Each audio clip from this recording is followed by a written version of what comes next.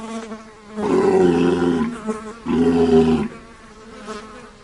afraid. Be very afraid.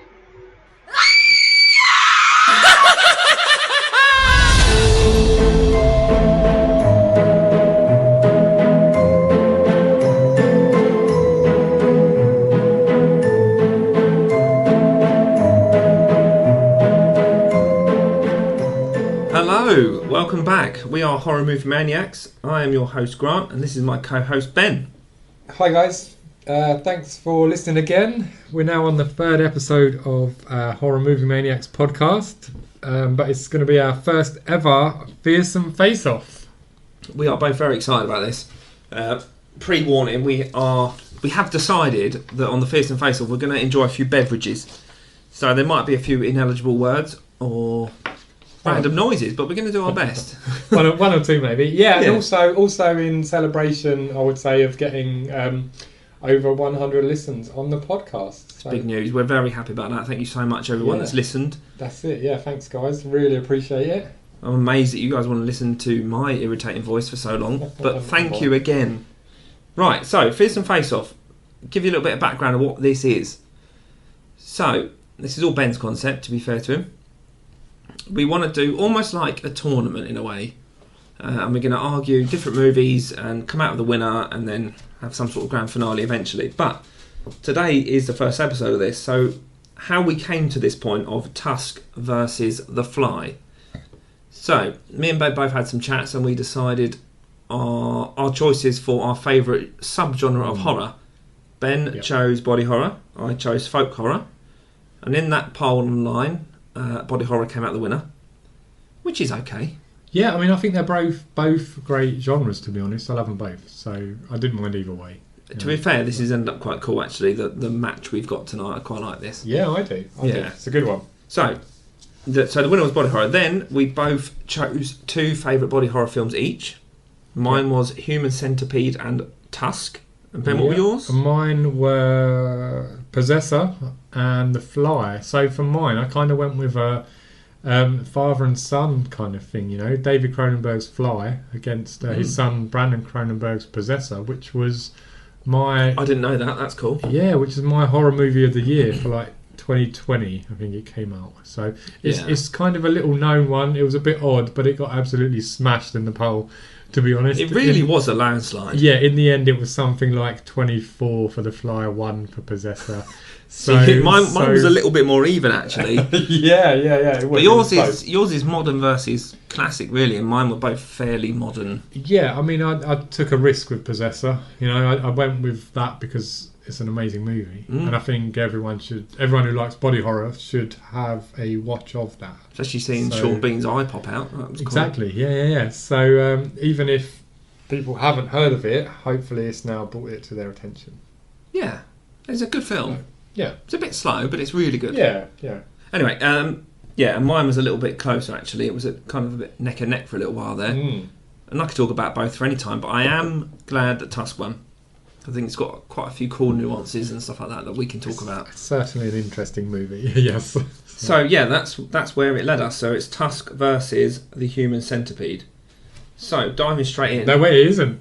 No, sorry. No. Jesus Christ. Tusk versus The Fly. There you go, that's it. And I did tell you we've been drinking. And I think what's kind of cool about this as well is this almost like two animals, you know. You got Tusk and The Fly. So, I mean, I can't say too much about Tusk right now, but yeah, it's going to be a good one. Yeah, two almost animal type.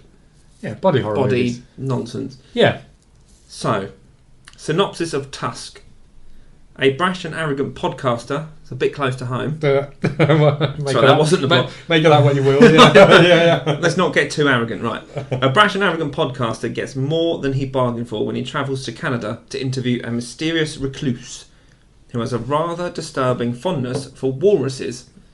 That's quite an odd synopsis, isn't it? It is an odd synopsis, and I would say an interesting synopsis, you know, because you see the poster right there, so I think you kind of grasp exactly what you're going to get from the poster and the synopsis, you know. I suppose so, but then I don't think I could see the bodysuit or whatever the hell they turned Justin Long into. Yeah, we'll come on to that. By the movie poster. Yeah, no, that's fair enough. Right, so where should we start? Let's just have a brief discussion about Tusk, I think, and then we'll move on. We'll chat about The Fly after, and then we will have some kind of face-off questions, so we can actually pit the films directly against each other. It's like a soft intro, this bit, isn't it? Yeah, that's it. Just to chat about them, really. So, Tusk, where do you want to begin? You know? Well, I'll tell you what. Why don't you tell me what you thought about Tusk, and I'll tell you what I thought about Fly. I thought we were talking about Tusk. I don't know. Just Tusk. Afterwards. Sorry. Oh yeah. Let's discuss Tusk first, then we'll do The Fly. Yeah. Cool. The Tusk. Well, I mean, what can I say? It's definitely an interesting one. So, directed by Kevin Smith, and it's quite. There's not too many people in this film, is there? To be honest, it's a small crew. Yeah, you've got Justin Long, and you've got Haley Joel Osment, who you might know from a tiny M. Night Shyamalan film called The Sixth Sense years ago. Yeah, no one's heard of that. No, exactly. A little known film, low budget thing and all that. So they're your main kind of two from the off, aren't they? And then Justin's character, Wallace was he called? Wallace, I think. Yeah. Does a podcast with Haley Joel Osment's character, Teddy. Yeah, Wallace, and the podcast is called The Nazi Party. That's right. Yeah, so it sounds like Grant may be saying the Nazi Party, but he's actually saying the Nazi Party. Yeah, and Haley makes a good point of spell it. He says that many times. Spell it. That's it. He does. So Justin Long's character Wallace is the kind of jovial, immature kind of. He's like the face of the podcast, isn't he? Yeah, he is. Yeah. And then Teddy's the kind of more laid back, serious. Not serious, but the sensible one. Yeah, their premise is that he won't travel. Yeah, so that's why it's called the Not See Party, because Wallace sees it and Teddy doesn't. Yeah. Wallace travels around places interviewing people for the podcast, and then he describes it to Teddy. Yeah. So that's their premise. Not bad, I suppose. And that's what kind of led them to Canada. Yeah, it is indeed. Because of the Kill Bill Kid. Yes, the Kill Bill Kid. Random made-up viral video where dude playing with the sword cuts his own leg off. That's it. So Wallace goes to visit him in Canada. Yeah. It's the basic premise. However, he turns up in Canada, and what happens? What happens? Kill Bill Kid has killed himself. Yep.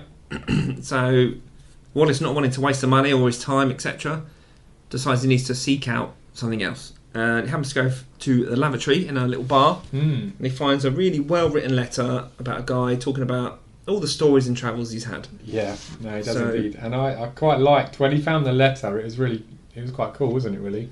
Yeah. It was just describing. Well, it was saying about he's been on many adventures and he'd like to tell these stories. Yeah, so he'd like to tell to someone. Yeah, so of course as a podcaster, Wallace was interested. Yeah, it was designed for him, really. Yeah. So he pops to a local petrol station to get a giant cup of, what do they call them, big gulps or something? I think it was something like that, actually. Yeah, he loves that shit. It was called something else in Canada, but in America they're like big gulps. Yeah. And that's where he meets Johnny Depp's daughter. Yeah, Lily Rose Depp. Yeah.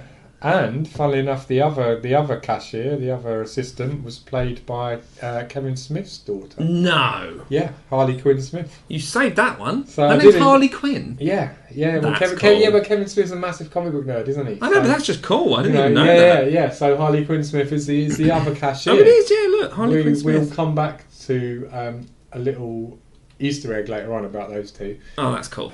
But for now, so he's chatting to them and he's trying to find out, where he can. Was it Bifrost or something? I think it was called. Yeah, something like that. Bifrost or something. Yeah. And then he makes a little joke, doesn't he, about their accent. One of them says to him, it's about 2 hours away or something. So he's like, he's on the phone to someone, and he's like, hey, it's about 2 hours away. Yeah. So yeah, it kind of shows you Wallace's character there, where he's a bit of a dickhead. He's not overly likable. No, from the off, he enjoys taking the piss out of people. I think this was in the credits scene, but at the end there's a different twist on that interaction. Yeah, there is. Yeah, Yeah. we'll come back. And round. they're both. Yeah. Oh, yeah. Okay. Yeah, I won't ruin it. we'll I won't take that ruin for it. later. Yeah, but no, that was a bit. But he has some questionable facial hair throughout this film. Oh yeah, Justin Long's mustache is. I mean, I didn't hate it. I was going to say is top dollar, but you know, It's I a mean, good moustache. Yeah. No, Anyway, it is. he goes to this dude's house. Yep. Has some tea. He does have some tea. Probably, yeah. This guy seems very welcoming, doesn't he? You know, his house is Lovely. it's lovely. It's very dark though. Yeah, very posh, You know, gothic. Old yeah, school. but kind of he's very welcoming. He's very friendly. Yeah. He introduces himself, doesn't he? And he says his name is Howard Howe. How? Hmm. How? Howard Howe. Would you trust a Dude. man called Howard Howe? How wouldn't I? Well, okay, fair enough. Yeah. Especially when he gives you this lovely tea. You know, I mean, he said it was the best tea of his life. which Wallace, really. Oh, Yeah. hang on, really enjoyed. Whoa. I nearly said an Posh word. him mouth. Yeah, So Wallace is enjoying the tea. They're chit chatting. Also, I didn't like the way Justin, the actor, Wallace, was That's just all right, walking around the house picking things up. Yeah, but that's part of his character, isn't Yeah, it? but You it know, just he's irritated just me. a dick. I was like, it's a bit rude. He's just a dickhead. Yeah, but he's Yeah. a rude kind of Yeah. guy. You know. Picks up a walrus's dick as well. It does. Yeah, I was going to say Sorry. we'll come on to that, but yeah, he does pick up the walrus's dick. But Howard takes it all in his stride. Tells him the story. Tells him loads of stories. Tells him a story about how he fell in love with a walrus, pretty much, doesn't he? Called Mr. Tusk. Mr. Tusk. I have to say, when he was telling those stories, I was so captivated. I was like, Yeah. he is a storyteller. Do you know, I was so drawn in, and this is the part I really, really liked about the film. You know, sitting there listening to this older fellow chat about his aquatic adventures, you know, Yeah. and all that, and I was drawn in. I was like, this is brilliant. Hooked. This is brilliant. I was hanging off every word he was saying, and I was like, these stories are fantastic. Yeah. And then And then... it takes a little turn, doesn't it? Yeah, it kind of goes in steps, doesn't it? So Wallace wakes up a little while later after his tea. Yeah, so hold on. You haven't said he passes out from the tea. Sorry. Oh my No, God. Yeah. it's all right. So yeah, I mean, I thought we'd give it away with the questionable tea, but... No. Yeah, so it's dodgy tea. Yeah. He goes to sleep. And he wakes up in a sort of old school wheelchair with Howard Howe watching over him. Yeah. He's got like a long blanket over his legs and he's a little bit disorientated, as you would be. Definitely. I'm trying to figure out how he suddenly, Well, I remember. It's recent, you see. Yeah, go on. I think he was... I might be wrong. But he was talking about going home and he needs to get out, etc. And apparently he said a brown recluse crawled out from under him when he fainted. And the poison... He'd bitten him. Yeah, he said that was a spider, wasn't it? He said a poisonous spider bitten him and he saw it run away. Yeah. So Wallace is like, well, where's the doctor? And I think it was Dr. Moussier, I think he said. Something like that. Yeah. So he said you can't leave, you can't have any phones, etc. And obviously Wallace is a bit like, that makes zero sense. Yeah, and he said the doctor accidentally trod on his phone, didn't he? Yeah, that was it. So his phone's in pieces, you know. And he disconnected all the landlines because you shouldn't be disturbed. But he's like, why am I not in the hospital? Yeah, that's it. Yeah. I mean, and he kept saying Dr. whatever, what was his name? Dr. Moussier, I think it was. Or something. Yeah, he's doing the rounds. Doing the rounds, yeah. He can't come back, he's doing the rounds. It'll be hours. You know, he's going to be hours, yeah. So it's best you just stay here and chill out. Yeah, relax, just, yeah. Yeah. And then in all that kerfuffle, he removes... He kind of seems something's off. Yeah. Removes his blanket off his trousers, off his legs, sorry. And he realises he's missing a leg. Exactly, he is indeed. His leg seems to have been fully amputated. But even at that point, I almost would have bought it. Yeah, I mean, his leg is like proper stitched up and everything, isn't it? It's a good job. Yeah, very good job, yeah. So no gore at this point, you know, just a stitched up, stumpy leg. I mean, it was fairly good effects, really. Yeah, it was indeed. So yeah, of course he's freaking out. Oh, you know, what's going on? He's still groggy and all that. And then where do we go from there? You know? I can't remember if the phone bit is first or the dinner bit is first, but we'll cover both because it doesn't matter too much. I think the phone bit's first. I don't know, it doesn't matter.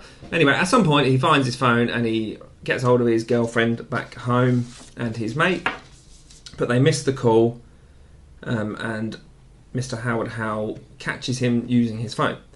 And then I can't remember if it's before or after, but they're both sat at dinner at the each end Yeah. of this super long table. When's the singing bit? He does that Sing- really. Yeah, Howard starts singing that really creepy song, doesn't he? Do you remember that? I can't remember. Yeah, he just goes full on fucking. No, I'm sorry, he goes full on nuts, and he starts singing this really sinister song. And I can't remember. that's where I was thinking. You know, this is so dark. The guy is truly psychotic. You know. That's at the dinner table, I think. I think that's at the dinner table. Yeah, Yeah. he gets up and he's walking around and he's singing It this is, really yeah. creepy song. Because he's at the end of the dinner table and Howard goes, "Why are you not eating your dinner?" or something like that. Yeah, And he goes, Yeah, yeah. "Because I can't move my arms." right. Because Oh, of all yeah, the drugs, yeah, he yeah, literally yeah, can't yeah, move his yeah. arms. And then Mr. Howard gets up and just starts winding him up, singing a Yeah, song, yeah. being quite sadistic at that point. Yes. Fast forward from that. I was going to say, it accelerates pretty quickly from there on in, doesn't Yeah, it? there's a quick shot of Mr. Wallace having a bit more of an operation. Yeah. And you see he's got both his legs gone at that point. Yeah, that's pretty much where it goes, isn't it, next? Yeah. But then it jumps from that into being a... Hold up. I was just going to... Monster. Before you go into that fully, when you're saying about he's got both the legs off, he's actually on the operating almost table, isn't it? He's like... Yeah. But if you look around the room, it shows you on Howard's sort of diagrams that he's got pinned up. You see the anatomy of the human body. You see the anatomy of a walrus. Yeah. And then you kind of twig. You realise, you kind of understand He's it, don't making you? him into a Yeah. walrus. So and you see that he's almost sewed his upper arm to his chest. Yeah, it was like his bicep to his chest at that point, wasn't it? Yeah. You get, you're suddenly like, oh shit, he's actually making him into Mr. Tusk. Mr. Yeah. Tusk. Yeah, and it does jump, so it's going fairly slow, and then it's Yeah. boom, boom, boom. Oh, it Walrus. goes 100 mile an hour, doesn't it? Yeah. Yeah, walrus. So on to the reveal of. Yeah, he's turned him into some sort of giant man skin walrus thing. He has indeed. It's quite hard to describe if you haven't seen it, but he is essentially the shape of a walrus, Yeah. made entirely of skin. Made out of human-looking skin, I would say. And the tusks are his own femur bones, Yeah. Yeah. which took me a minute, but But he mentions it earlier, something about the femur, doesn't Yeah, he? they Why find is the femur the femur bone in the gum in or his something. mouth? Yeah. So, and that's preceded by a lot of understandable screaming from Wallace. And that for Yes. me was the scene that made me just feel very uncomfortable. Yeah, I'd agree. So much screaming from Wallace, understandably. But not like Texas Chainsaw, where No. it's just, would you No. just stop? Yeah. Dude, I get it, mate. Yeah, Like, this is like that scream seems more. rough. This is like scream louder, man. Yeah. Scream so much. Yeah, you seem kind of chill. You're about trapped it. inside a human-skinned walrus body, and so So weird. yeah. And I was like, wow, because I would say this is quite a low-budget movie, right? Yeah, fairly, yeah. I think I had a little look. It cost $3 billion, I think, to make. So low budget. And it's there's not many locations, but I quite like that because it makes it feel really claustrophobic. Yeah, I love that. I've said it before, I love claustrophobic. Yeah, and it feels like it's really out the way. You feel like no one, how are they going to get to him? They don't know where he is. Yeah, 'cause it's almost like an underground, I don't know, like zoo type setup he's got down there. So when he is the walrus as such, they make, or Howard has made like a little. It's almost like Sea what you life see like at a a room. zoo, but yeah, it's like a sea life centre type thing. It's but like a little in his tank, isn't basement it? type thing. Yeah. But it's well made. Lovely little, I mean, It is. you wouldn't question it, would you? If No. you were an actual walrus, you'd probably be quite happy. Yeah, that's it. So, we get the full walrus reveal, Yeah. and then where do we go from there? Well, it's just a series of him being a bloody walrus and hating every minute of it. And in the background, yeah.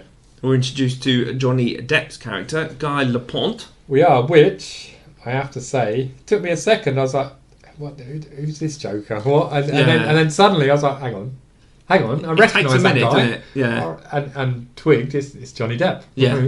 It takes a minute, but on one hand, some people might be like, really? On the other hand, I was just captivated by him. I've got to say, this is where it fell apart. Not fell apart. Sorry, hold on. I almost lost interest a little bit here because when Johnny Depp's French Canadian detective is he? Quebec, he's from Quebec. So French Canadian. Comes into it. The tone shifts massively. So it's been a bit of a dark. It does change, doesn't it? It's been very dark. up to this point, hasn't Yeah. it? You know, very dark.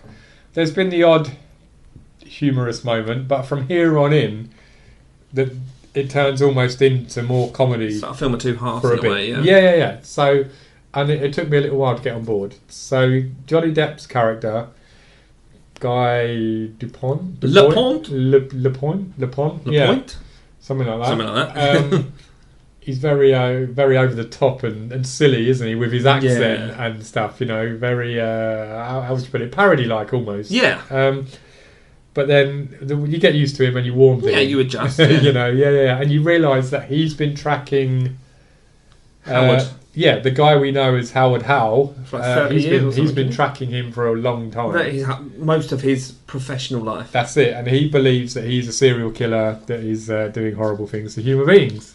And then there is a good part of that story that we'll talk about later. But Yeah, so of course his hunch is correct. yeah, So he's talking to the girlfriend, he's talking to girlfriend Alison Genesis. and Teddy. Yeah, so Ali and Teddy. Yeah. So what we've skipped out. And sorry, side note, he smashes that burger right down, and it really irritated me. Yeah. I've made He a does. point of food getting smashed in this place. He really does. He annihilates that slider into the Yeah, table. yeah. Like, just eat the It's damn literally thing. paper thin, I know. Anyway, carry on. Yeah, sorry, we missed a bit of a scene where Justin Long's character Wallace gets to ring. Who does he ring? He calls both of them, doesn't he? Teddy. Yeah, and I Alison. mentioned that earlier. Yeah, he rings them both and sort of leaves a says that he's voicemail, in doesn't trouble and he's he? Yeah. So they, yeah.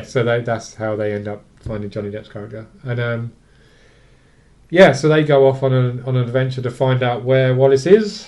With this almost parody-like cop. I mean, I don't know how they found him, but No, it's all a bit. doesn't matter. It all goes a bit tongue-in-cheek and a bit silly, doesn't it? Yeah. But intentionally like that way, you know. Yeah. Kevin Smith has obviously meant it to suddenly take this turn. yeah, So, he wanted some names in there, didn't he? yeah, he did indeed. It's fair enough. Where do you want to go from here? Really, on to the. So yeah, he finds Mr. Guy Laponte, and they fill them in, and eventually they go back to the gas station.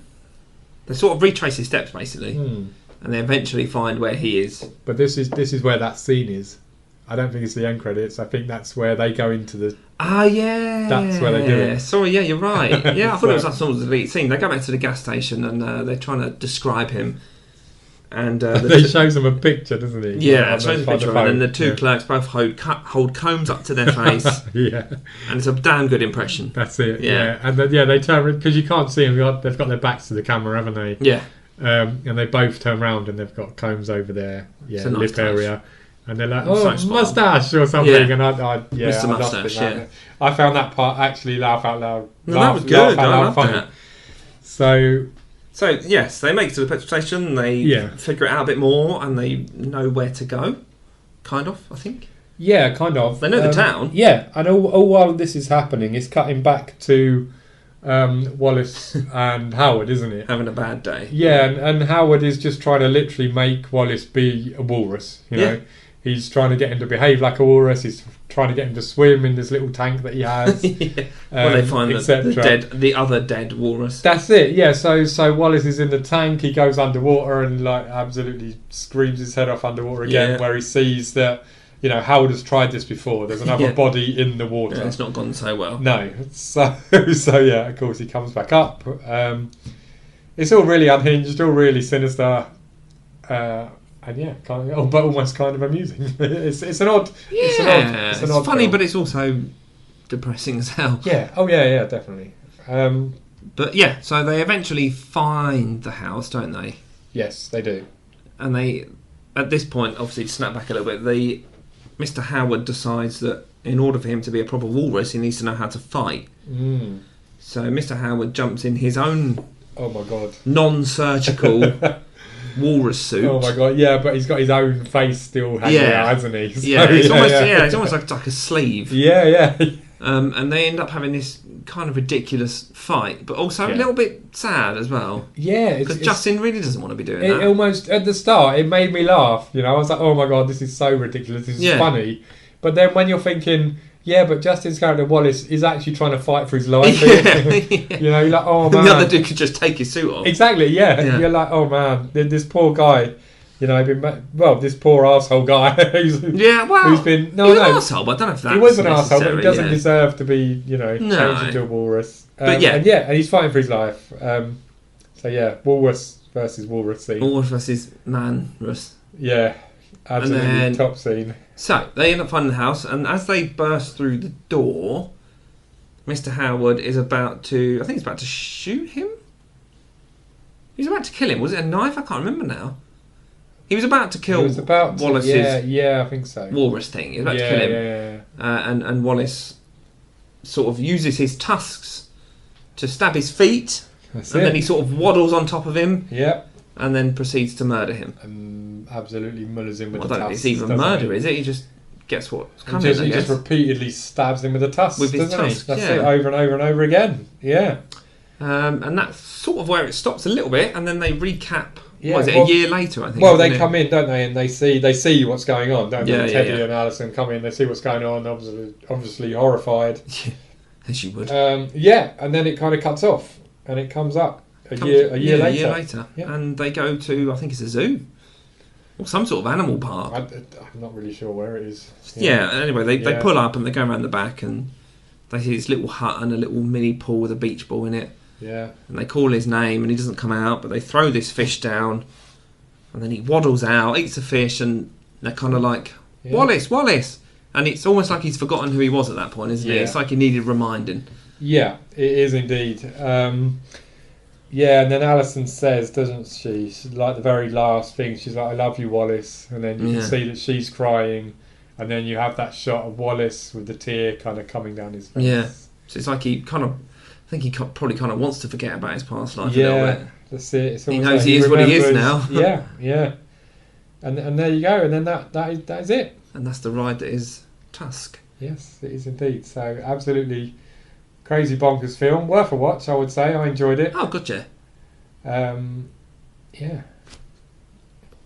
Very strange, but worth a watch. Okay, so we've just covered Tusk. Now we're going to have a little chat about The Fly. David Cronenberg's The Fly from 1986, starring Jeff Goldblum, Gina Davis, and a chap called John Getz, which no one's probably ever heard of. So, I mean, in '86, I was merely a thought in my mother's womb. Really, I was a wee child at that point. I was 4, potentially. I was born a year later, depending what month this came out. So. The synopsis then for The Fly. So, a brilliant but eccentric scientist begins to transform into a giant man-fly hybrid after one of his experiments goes horribly wrong. And it doesn't go well. No, that's it. A very, very brief synopsis, but this is a very bare-bones movie, I would say. I don't think you could put more in a synopsis for this film. No, and I don't think you need to. No. Because, it is very bare-bones, it's very straightforward. Yeah. But to me, this film is amazing. I did love it. I was talking to you earlier about this, and I think I might have seen the very, very old version of this. Yeah, I think you might have, actually, which I haven't. So, I don't think I'd ever actually seen this, but I watched this recently in prep for this. Yeah. And I loved it as well. It was so good. Yeah, one of my good friends, Vix, messaged me recently saying I need to watch the old one, which I will get around to. But this one, 86, it's not modern. Definitely not. No. It's not modern, but it's certainly not old in my eyes. So, no, not. Right, we'll do the same again then, guys. We'll start off and we'll have a brief run through the movie. Before we go to the actual face-off. So I've just got to quickly say this will be a longer episode than usual. As we're covering 2 movies by almost double. and then we're doing the face-off as well. Okay, so thanks very much for tuning in and having a listen. It does mean a lot. Yeah. Okay, right. So this film opens with a couple of people talking at a party, doesn't it? Yeah, it does. Opens with Jeff Goldblum, which I didn't know. I didn't know old Jeff was in it. You didn't know Jeff was in it? No. What? I told you this before. I don't watch trailers, nothing. Wow. I go in blind. Okay. First thing I see is Mr. Goldblum. I presumed, apart from Jurassic Park, I thought this was the film that people know for. But some people maybe. I didn't. Okay. I was pleasantly surprised. I was like, right, let's go. Gotta love a bit of Jeff. Mr. Goldblum, let's do it. That's it. So it opens with Jeff's character, Seth. While I'm talking, Seth? Oh. yeah, talking to Gina Davis's character, Veronica. I think they call her Ronnie, don't they? In it, Veronica. Yeah, Veronica Quaife.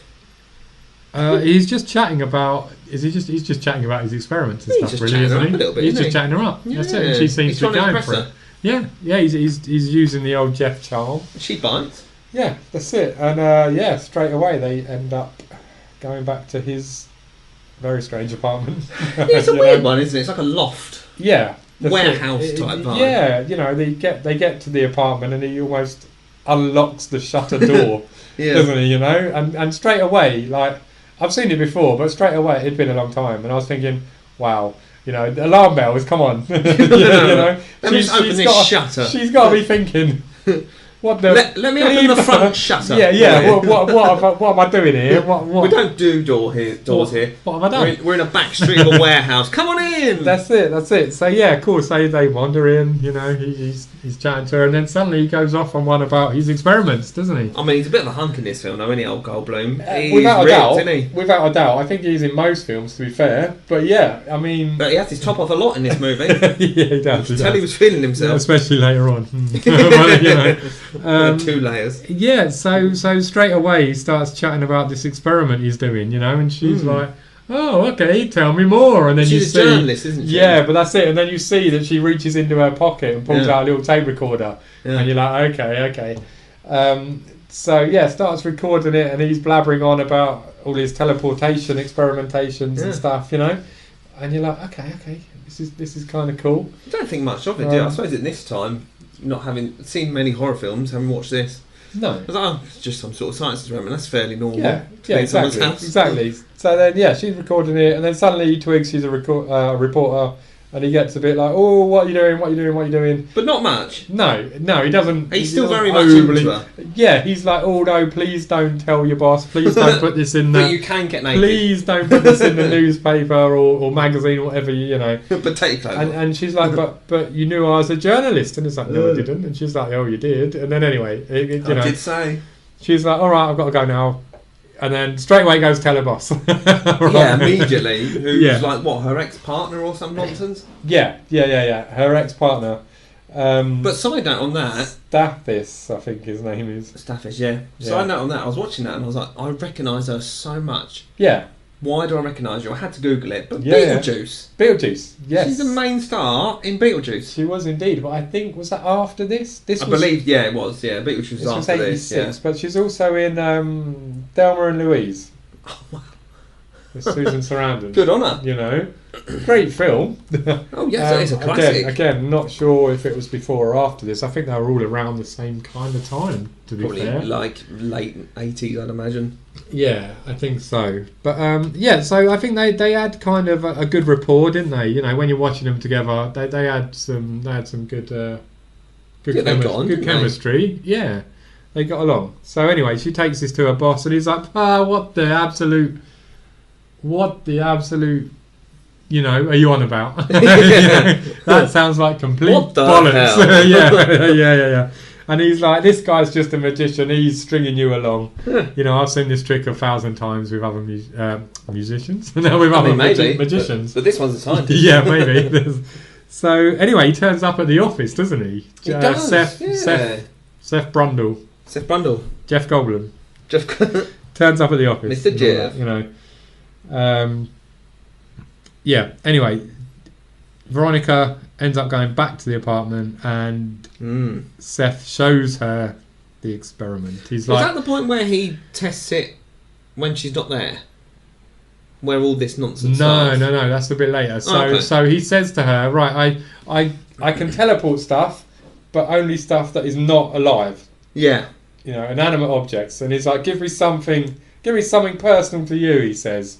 And then like, what does he use? and then she like kicks off her shoe and takes off her stockings. Oh, the stocking. And you're like, "Hold up, this has got a bit saucy." That's a random item to choose as a Yeah, young lady. Exactly. Out of anything you could give him, she's It's like, very suggestive. "Here's my stockings." You know, so No, never mind the shoe. yeah, Do you know what? yeah. Could have Do you given. know what? I'm the going to shoe. leave the shoe to the side. Could You have take given- the stocking.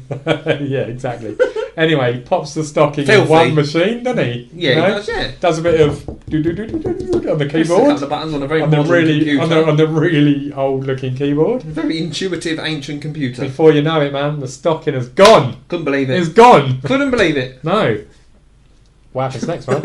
It appears in He the turns other up in the machine. next pod, It doesn't turns it? up in the next pod, exactly. Can you believe it? And he's like, hey, look at that. See? I'm Jeff Goldblum. Doesn't say that, but yeah, you know, it's like, hey, Remember, I I'm told you. Jeff Goldblum. And I told you I just can made do a this. move. So yeah, anyway, there you go. It works. And she's like, wow, you know, that's kind of incredible. So looking at the screenshot, that's very Total Recall, isn't it? A little bit. Yeah. Well, no, hang on. The naked Jeff Goldblum one. Yeah, of I'd course. say it's a bit Terminator. Yeah. It's a bit Terminator. Do you know But hold what? up. By this, we're saying it's very Arnold Schwarzenegger. Yeah, He loved yeah. a naked crouch, didn't he, old Arnie? Certainly did. yeah. But Dear. right, we roll around to where it gets to the point where he starts trying the experiment on live things. So again, any animal lovers here will absolutely hate this part. But and I ask myself at this point, where does he get the baboon? I forgot about the baboon. Okay, it's not like you can wander down the pet shop and go, budgerigar, forgot all about the baboon. rabbit. No, fuck it, I'll have a baboon. Is it? You know. I forgot the baboon So, was yeah. even in the movie. Yeah. So he's got a baboon, a big baboon, right, in the telepod thing. As he Where calls was it? Where was the baboon on the first 2 dates? Who knows, right? But anyway, it's in the telepod. That's Here he where it goes. is now. He's tapping the keyboard. Ooh, special effects, all that. What happens? The other telepod Blows up. Splat. Yeah, blood splat all across the front of the telepod. Okay, Yeah. but this is where you get a really cool moment. Well, you know, not cool. The baboon's been skinned, but cool as in visual effects. So for '86, so the pod opens. You look down, and there's a pulsating, skinned inside-out baboon. Lovely. You know? Yeah, you can see all the insides, can't you? You can see the anatomy, everything. Makes me hungry. It's all pulsing. It's all pulsing. It's all gross. It's all really well done for 1986 It really is, yeah. in my eyes, right? And that's your first proper moment of where you're like, But it's oh ain't my great. god, that is disgusting. Okay, This could go bad. he's beside himself. He's like, oh my god, I've skinned this poor baboon. Where's my pet? Where am I going to get another pet never, baboon? I'm never going at to this get hour? this. I'm never going to get this right. You know. So yeah. I mean, So the bit that makes me... So for me, like my brain goes from that yeah. to him trying it on himself. Yeah, pretty much. So there's a little bit of thing where Veronica is starting to fall for Seth, isn't she? Yeah. You know, they're liking each other. She's you know. feeling him, yeah. You can tell they're liking each other. And then for some reason she goes back to. She goes to tell Stafford, doesn't she, that it's Yeah. not happening. It's completely over because Stafford is infatuated by her Yeah, still. it's kind of There's a little subplot on the It's side. a bit of isn't an it? unnecessary subplot, though. No, it is There was completely no real point to it. there was no need. But No. I think otherwise, because it would have just been Veronica and Seth. You know, Yeah, so but I they added this jealous ex part in Him there, being didn't into they? her would have been enough. But the Yeah, whole, so there was just no Stafford need. gets the impression that Veronica's kind of into Seth, and Yeah. he gets well jealous. And there's a weird moment where he's in her apartment and he's let himself in and he's in the shower. Oh, yeah. You know, which is just fucking weird. It's just a bit random. Sworn again, yeah, but it's just it's a bit random. But she didn't well really weird. seem to care that much. No, she's like, you. dude, can I just have the key back? And he's like, no, actually, I'm going to keep it. Imagine if that was now and you saw some random ex-partner in the shower. Yeah. I know. But, excuse me, Mm. but she seemed fine with it. I mean, I don't think she was fine, but she was just kind of like, whatever, mate. You know, get on with it. She wasn't too bothered. Anyway, yeah. So there's a point where I've lost my way a little bit. Hold on. I've just looked at a screenshot where he's arm wrestling, but that's in a minute, isn't it? That's a bit later. Yes. So he wants to try it again, doesn't he? Yeah. So That's what I was getting at. He sort of sees the mess he's made and then decides, you know what, I'm going to put myself in it. yeah, he has another baboon, doesn't he? And he's talking to the right. This scene I actually quite like. He's talking to the other baboon, and he's like, "I'm so sorry for killing your brother." He says to it, right? But he says it so sincerely, That's right? how I would say But it, he's though. also started drinking because Veronica has gone to see Stafford, Yeah. and he thinks that she's gone, you know, to go back with him or whatever. But they do all this quite subtly. Yeah, they do. Like, they it's do. never- I'm not explaining it brilliantly. No, you're spot on, but was watching this and I never really cared about their relationship. Really? Yeah, but to me, It's very fast moving. yeah, but You know? I didn't really give a shit. Well, that's a I shame. cared about but I mean I loved the film, but I didn't care about their relationship. Oh, okay. I cared I'm about surprised what by that. Jeff was doing. Yeah. Okay. Where's he going? What's he doing? What's he up to? That's what I cared Yeah. about. Right. Okay. But yeah, the whole relationship thing, I don't know. I mean, it did move very, very quickly. You know, It needed She to be liked- there, they but it fell in love also- with each other like Yeah, instantly. so it needed to be part of it, but I Yeah. also probably wouldn't have cared if it wasn't. Yeah. But then That's they just my couldn't- take. Yeah, but then the later parts wouldn't have had that emotional effect. No. It But- does make sense later, but Yeah. the whole interworkings of those three, I'm a bit like, I could have done without the staffist, jealous ex-boyfriend in the shower. But that's what I when- mean. It you know, almost stuff. felt like a bit of a time filler to me because it's like Oh, that part really is- couldn't care less. Yeah. But if you take that out, I suppose it's shortened the film by, I don't know, not by much. It's a fairly short film anyway, 10, isn't it? To 10, be honest. 15 minutes. Yeah. But I Yeah, quite something like like- short horrors Oh, I do. Hour and a half. because it's film. like Yeah. whack. Yeah. Live with that. What do you think? Exactly. No, I completely agree. But let's jump back into Yeah, we'll go back to the story for a minute. So yeah, Seth, he's drinking and he's talking to the baboon about killing his brother and he's like apologising. And he's Sentence like, alone is so and good. suddenly he's like, oh my god, my girlfriend's gone to see her ex-boyfriend. I'm going to drink some more. And then he's like, F it. There you go. See, Well done. didn't say fuck. Right. Shit. Yeah. He's like, I'm gonna teleport myself. After the really good success I had in the last one, Yeah. I'm going to put myself no, in hang it. on. No, does he? No, he teleports the baboon. He Oh, does. he does it well he does this time, doesn't teleport he? the baboon, Yeah, but he does it well. and he this comes time. out. Yeah, and he jumps on him, and he's like, "Oh my god, I'm so happy." See, I forgot all about the first baboon. Wow. I thought we were talking about the same baboon. I forgot about the second baboon. So yeah, no. So right, anyway, second baboon, brilliant. He has a moment, cuddles the baboon, apologises It's a about good his brother, moment, that. drinks some more, and then he's like, "Shit, Mrs. has gone to see her ex. I'm going to teleport myself." Let's do it. You know, but while he's doing this, you can hear the fly, and this is the bit I really like as well, right? You can hear the fly buzzing around. So already you're thinking, oh, well, I can hear a noise. Bzz, bzz, bzz, bzz, Here bzz, comes you the know. fly. So he gets in, does the naked thing, like you just pointed out a little while ago. Dormadoodle. The old crouch down No naked need man for in it. a telly. Although he would have been merged to pants if he had done that. So I see why he's nude. That's it. So again, right, off he goes. Pow! Special effects, zips him away. Out he comes. Smoke. Out he comes. Pow! Naked. Naked. Naked Jeff wanders out. And he's like, Naked Jeff. and he's like, whoa! So this is great. I'm alive. I did it. Do you know what I do like about that bit though? Go on. Is even though it's obvious the fly's gone in there, Yeah. they never really pay too much attention to that fly going in there till very later. Yeah, you don't see the fly going in there Yeah, or anything. You just hear that just- noise. I just imagine in So- '86 going to watch this for the very first time. Yeah, it would have been You petrifying. wouldn't have paid much attention to the fly. Yeah, I know it's called the fly. I mean, I think that would have given it away slightly. Yeah, but I mean, yeah. It's hard to No, explain. I know what you mean. It's not in your face. It's not Yeah, like so they're going. the fly goes they're in not there, but going. then- Here's a fly in the teleport. Yeah, they don't Yeah. like mention that at all until right at the end where they're on the super fancy computer figuring it out. Yeah, that's a good point. I really like yeah, that Yeah, about yeah, it. So he comes out the telepod or whatever he calls it, I think it's called telepod. and and he feels amazing. Feels So anyway, great. you are. He feels great. He feels great. So anyway, Ronnie comes back round or whatever the next day, and they have sex for like 73 million hours. Oh, yeah, or whatever. yeah, you know, she's like, "I've had and enough." she's like, mate, give it a rest. Give it a rest. He's like, no, let's go. Come on, I'm still good to go. It's only been 6 hours. Come on, yeah, what's the matter? yeah, with he you? does literally say, I think Yeah, it's I know. like, it's only 6 hours, let's keep going. And she's like, no. Dude, I'm You sore. know? So he's like, oh, you've got to do it. You've got to teleport, Yeah. Because like I feel absolutely incredible. Yeah. And then he's laying there after, isn't he? She's asleep, and he grabs the fly in his hand with his eyes shut. Yeah. So he's like, he's starting Awesome. to realise that he's something more now. Yeah. He's got improved reflexes and stuff, and then comes that crazy scene where he's doing like the parallel bar Oh, or we're whatever. doing He's doing the bar, spinning around, topless, spinning around, yeah, doing, looking like an doing the absolute weapon. gymnastics. He like lifts himself up on the chair to They start do that a with, couple of doesn't he? times, though, don't they? Yeah, so he lifts himself up on the chair, doesn't he? He's like, oh, Oh, yeah. hang on a minute. I'm well strong now. Even I was quite impressed with that. And then he walks up to the bar, spins around, does some double loop things, pikes, flips, everything, and does a perfect landing. Oh, he nailed it. If there was judges, that's a 9.9. Perfect landing, yeah. That's Olympic gold. And he's almost like completely impressed with himself, isn't he? So, to be fair, you would though, wouldn't you?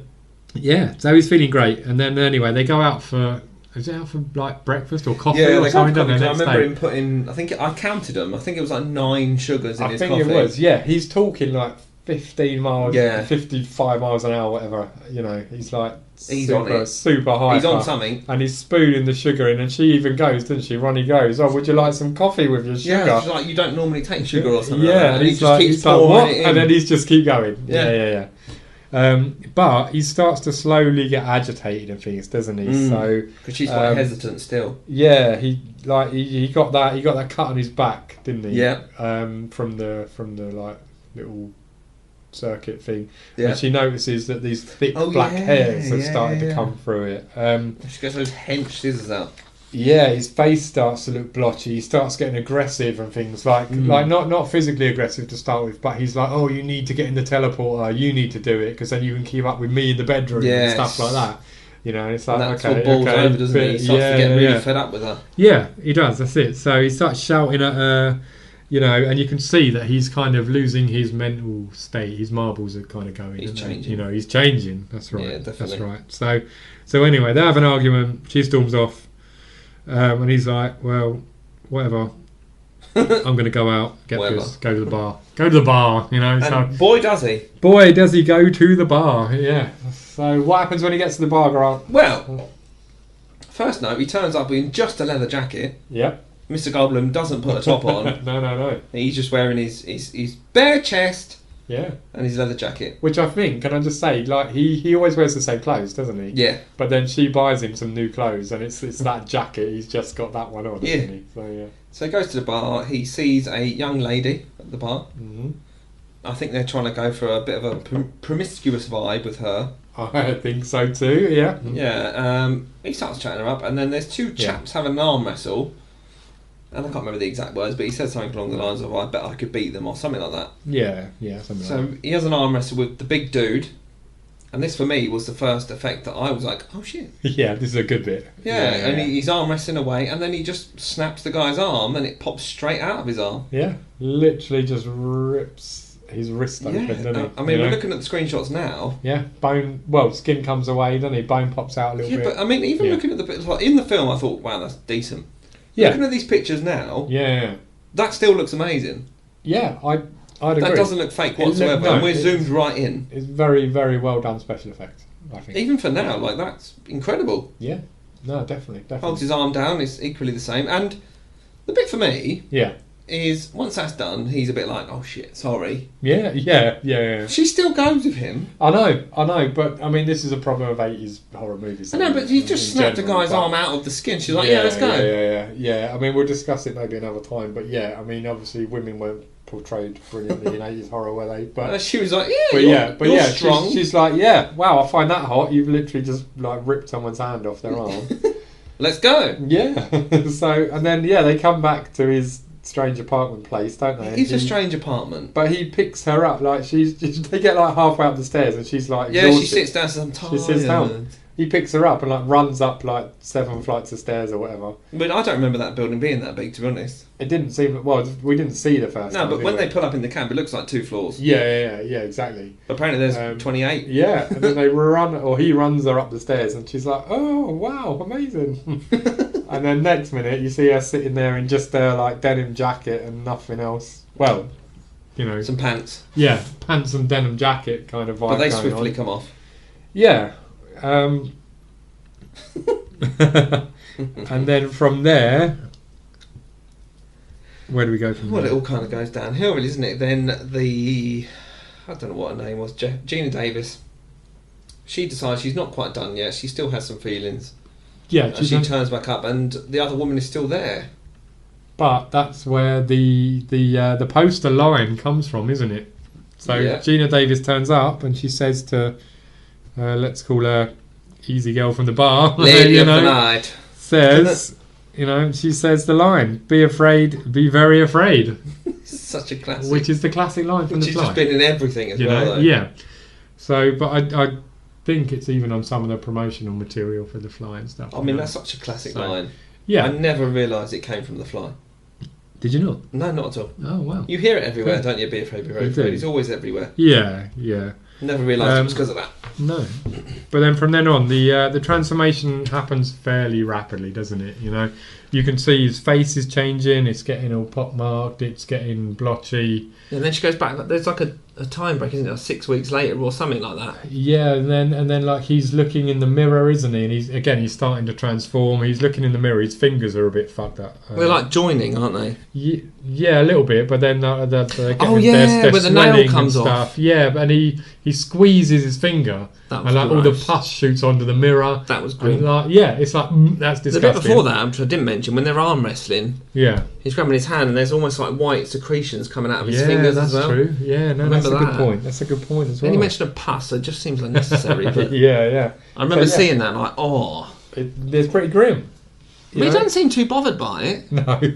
He squeezes his finger, doesn't he? It splats up the mirror, all the Yeah. pus, you know. But then he's like, he's looking at his nails and he's like, what?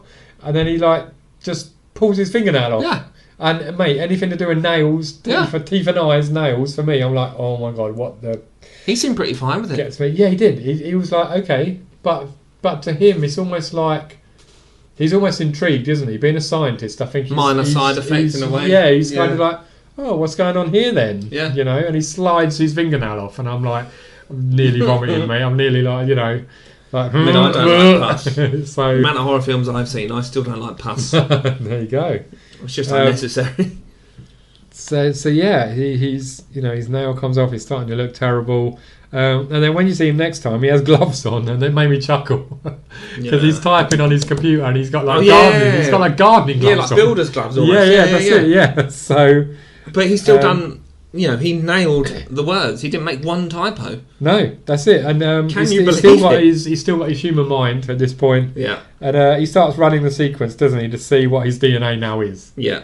And this is where it comes up, doesn't it? It slowly Someone's gone slightly wrong there. comes into view that it's, you know, his human DNA has been merged with fly DNA. But he was kind of okay with it. He was kind of okay with it still. Because I think in his eyes, he was hoping that it was 75% human. Yeah. So that the fly was merging with him rather That's than it. he was merging with the Yeah, fly. reversible or curable maybe. Yeah. But it comes up, doesn't it? Fusion of, you know, fly, Seth Brundle, and it becomes like Brundle fly, Yeah, or something, you know. And so, But that worked, didn't it? Brundle Yeah. fly. without a doubt, yeah, it really does. Anyway, he. Sorry, hang on a minute. I've just looked at a screenshot. When's the bit where she's having nightmares that she gives birth to a larvae? It's coming up. shit. Yeah, not quite yet. Not quite. Jump yet. the gun. But he. Anyway, so they're having sort of.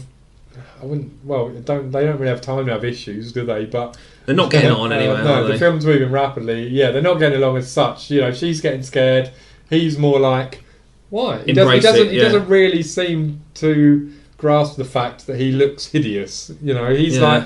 He's just kind of like, oh, it's just an experiment. Come on, what, Yeah. you know, what's your problem? He's Like, just embracing it, isn't he? yeah. You know, he's got a bathroom cabinet full of body parts. There's teeth in there. There's ears in there. You know, there's all. Oh sorts. yeah, his ear falls off while he's talking to her, doesn't it? Yeah. Again, I think I've jumped the gun a little, maybe, but yeah. Anyway, he's now under the impression that he's part fly, part human. Yes. So, yes. he realises he can walk on the ceiling. He can stick to the walls. He can, do Yeah, that Spider-Man bit- stuff. That bit freaked me out when he's on top of the wall and he's like, "Oh, look at this!" and he pulls his shut and he's got this weird like growth up there. Yeah, that's But what he I mean. doesn't care. He's like, "Look at that!" Oh, anyway, Yeah, and he's just climbing across the ceiling, climbing down the wall. But I think to him, it's a fascination. well, because he felt You know. poorly and then he felt Yeah. great, didn't he? Yeah, That's the point where he felt better yeah. again. Yeah. And then it comes to the realization, doesn't it, for him that to eat his food he has to digest it like a fly. And again, this is where another massive body horror part comes in. So So grim. he vomits on the food, doesn't he, and then Ugh. eats it. And the sound and the just the look of it is just absolutely I disgusting. mean, I appreciate the You know? sort of anatomy of it, and copying a fly. That's what they do. yeah. But it was grim. Oh, yeah. Well, white, wasn't it? The moment I remembered the most from the film was the vomiting on the food. Yeah. Yeah, So- mine was the finger burst. Right. Very similar. Horrible white fluids coming out of this. Yeah, that's it. Oh, Jeff. Exactly. Poor Jeff. But he goes on to show he's almost doing like an educational video at this point. He talks to Veronica and he says, "Oh, and this is where again the dark humour comes in. He's like, I can make a children's book or a children's educational film, And she's kind of looking as if saying, well, have you seen yourself, mate? But he almost dismisses it, doesn't he? And he's like, okay, so a fly does this. It vomits on and dissolves the food, and then eats it, and then he demonstrates that, and you're like, mate, you have no idea. You're traumatising everyone. So disgusting. So yeah. Well, that's interesting though that you said that, because it clearly is the fly side of him. It's taken over that part of his brain, because to him that's fairly normal. That's it. But then there is a point, right, where the human side comes back around, and this is a point I really, really liked. So there's a bit shortly after where he suddenly realises, oh shit, as a human being, this isn't normal. I'm going to probably die. Yeah. Right? And he's with Veronica, and he says to her, I'm scared, help me. Now, not a lot she can do at that no, point, there's is not. there? But it's a really, for me, right, that moment really hit home, because he'd been almost ignorant to it. Yeah, ignorant, logical to it. He knows he's becoming a fly, but he's looking at the facts and all of that. But then suddenly the emotional human side kicks in again, and he's like, "This is going too far. Oh my god, this ain't how it's supposed to go." Yeah. I guess he almost thought it might level out at some point. Yeah, but it doesn't. It keeps going. It does, and then we flip on to what you just touched on a little while ago. So Veronica finds out she's pregnant. Yeah. Not by Stathis. It's because I hadn't seen this film. I didn't know it was coming, but I immediately thought, "What the hell is that baby going to look like?" Yeah. So she has the dream, doesn't she, to start with? Yeah. That she's losing the baby. She's pushing, and then this horrible fucking larvae thing comes out of her. I mean, that's underselling it, because we're looking at the screenshot now. Well, you are. I am, and my God, I was like, "Oh my God!" Do you know, I forgot about how flies work. Yeah, I was like, they're exactly. Larvae, then they're flies. I thought it it would come out with some sort of baby with wings or something, but. Just a full-on sausage worm comes out. Sausage worm, mate. Shit! That's what I mean, I didn't see that coming. No, the body horror is real in this one, isn't it? But for an '86 film, like that's the same. People are listening, but we're looking at the screenshot now, and that is fairly convincing. Yeah, the effects for this film absolutely top-notch. And okay, I haven't done my homework on this, right? But I don't know who done the special effects for this film, but they absolutely deserve it. If you put that screenshot, I know, just to give it some context, we're looking at the shot of the larvae coming out of... If I saw that on the screenshot... If you put that on, like, the news saying, mother has a terrible birth, you'd be like, oh my God! Yeah. I mean, look at, you can see the gloves there, everything is caked in blood, the skin looks... in the right way, like, it's not stupid. Oh, yeah. No, disgusting. Absolutely horrible. Yeah. Good bin. So anyway, she wakes up, doesn't she? And she's like, "Oh wow, what? That's absolutely terrible. Absolutely cannot be having this baby." Love your candidacy about it. That's not great. Yeah. She's like, "No, not a fan of that. Let's not have this child. Let's say." In the meantime, we flick back to Brundlefly, as he now is, and all his fingers are fusing together. His face is mutating even more. Fingers. More teeth have fell out. I swear, in the bathroom cabinet there was like penis. It's got a collection, isn't it? His knob fell off. Teeth. There's all sorts in that bathroom cabinet again. Knobless Brundlefly. So Ronnie tells Seth that she's got to see him. So they meet up again, and then again there's a really emotional scene where he goes on this big spiel about he realises what's going on now, and he can't be around her, that she has to go because he's only going to end up hurting her if she stays. He's more insect now than human, and again that's quite a sad scene, for me. I think it is quite an emotional scene. The next kind of bit, it jumps forwards to she's in the hospital, isn't she? So she decides that she can't have the baby, Well, she's like, you'd imagine so, wouldn't you? After that, she's like, okay, she's like, "Meh, I can't really go through with this." So she's in the hospital, but Especially after your dream. And this is the bit that used to scare the living shit out of me when I was a kid. Really? He jumped through that hospital window, Oh, yeah. out of nowhere, absolutely out of nowhere. Right, she's just standing there Remember chatting, that. and then suddenly, bang! He's through the window and he grabs her. Right, mate, that scene. I kid you not. I used to turn away. I used to not like that Really? at all when I was younger. So I wish I'd seen this when I was a kid, because I didn't pay much attention to that. Watching it now, it's like, well, it doesn't really look that different from when I last saw him. Okay. No, of so course. it's Yeah. No, well, still to be fair, side note, Jeff Goldblum has aged very well. yeah, but he doesn't look like Jeff Goldblum at this point, does he? No. You know, so, Yeah. If Jeff Goldblum jumped through the window and grabbed me, I'd be like, Oh, like, huh, well, take it, "All take right, it. mate, Oh, my God. Yeah, I'll give you a hug. Let's go. Yeah, but Take my firstborn. Oh, my God. yeah. That's my Jeff Goldblum but impression, yeah. everyone. Strap in. There you go.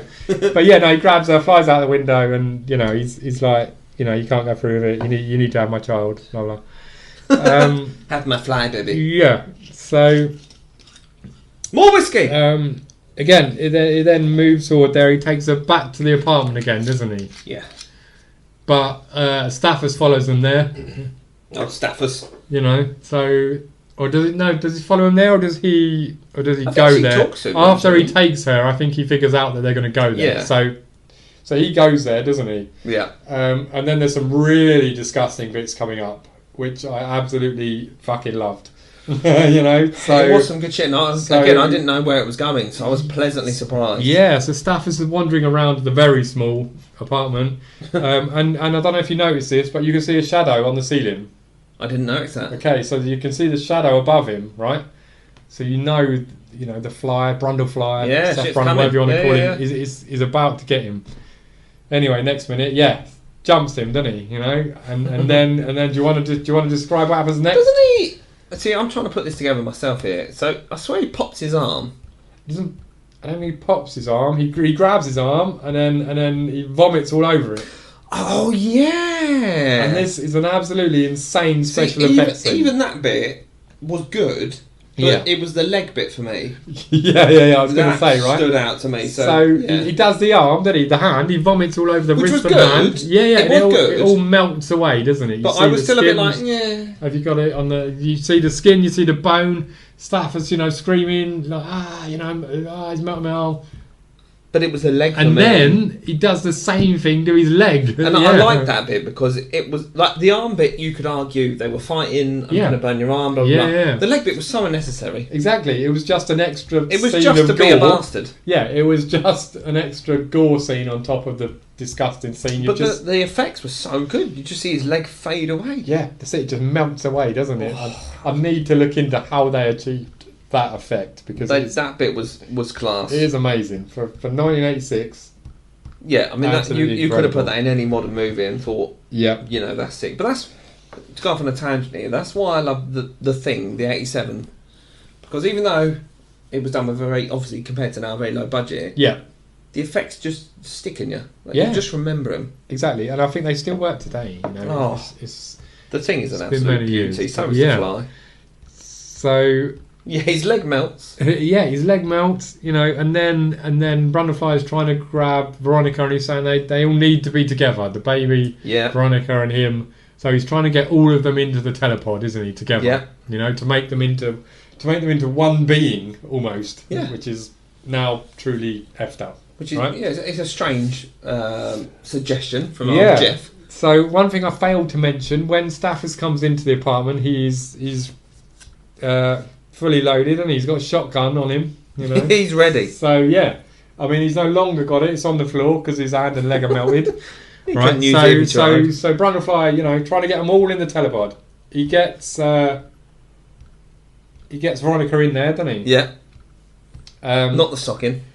And then he's half in the other one, isn't he? He's half in the other one himself. Brundle teleporter. That's it. And then so Veronica's in one, he's half in the other one, and Stafford manages to get the shotgun and shoot the wires, doesn't he? Shoots the Yeah, wires. he of shoots the them on the pod. floor, doesn't he? That's it, and it causes one of them to malfunction. So Yeah. it all then goes a bit special Awry. effects crazy, and then It when took you me a minute next- to realise what had come out of the teleporter after that. Right, yeah. Because that's they've got it. what It's all the very computer messed said. up. It was, I Yeah, don't know what yeah. the words are, but Brundle Tellable, and they obviously merged the two. Yeah, But it took me a minute when that thing is crawling out. yeah. I was like, oh shit, yeah. So he comes out, doesn't he? And all his actual skin falls off, and he becomes like an The fly, as absolutely it will, massive yeah. fly. Yeah, Yeah. basically. But again, crazy good special effects. You know, Yeah. the way the skin falls off and reveals other stuff underneath, really well done. Yeah, because sorry to go back a little bit, but It's all right. the bit where he's still got his own skin, as Yeah. you will. Yeah. It was quite obvious it was a bodysuit. Hmm. So even though I loved it, I was a bit like, Yeah, you know it's a suit. yeah. I was Yeah, like, but then yeah. as soon as you remember when it was in '86, you're like, Yeah. actually, that's quality. Yeah. But Yeah. yeah, sorry. Fast forward. He Yeah, his, when you his see outer that- shell falls away. That's it. And when you see the full fly transformation, for 1986, man, that is incredible special effects. No, it's amazing. Absolutely. You could watch that amazing now special and be effects. more than happy. Well, I with did. that. I watched it like 2 days ago. No, same. What I mean Um, is, if a lot of modern horrors that do CGI, etc., if Oh, they were yeah, to yeah, use yeah. the same tools that the '80s did, Yeah. you'd be more than happy with that. Yeah, without a doubt. Without In a doubt. fact, I'd probably prefer it. I would always go practical over CGI. Yeah, gotcha. Any day of the week.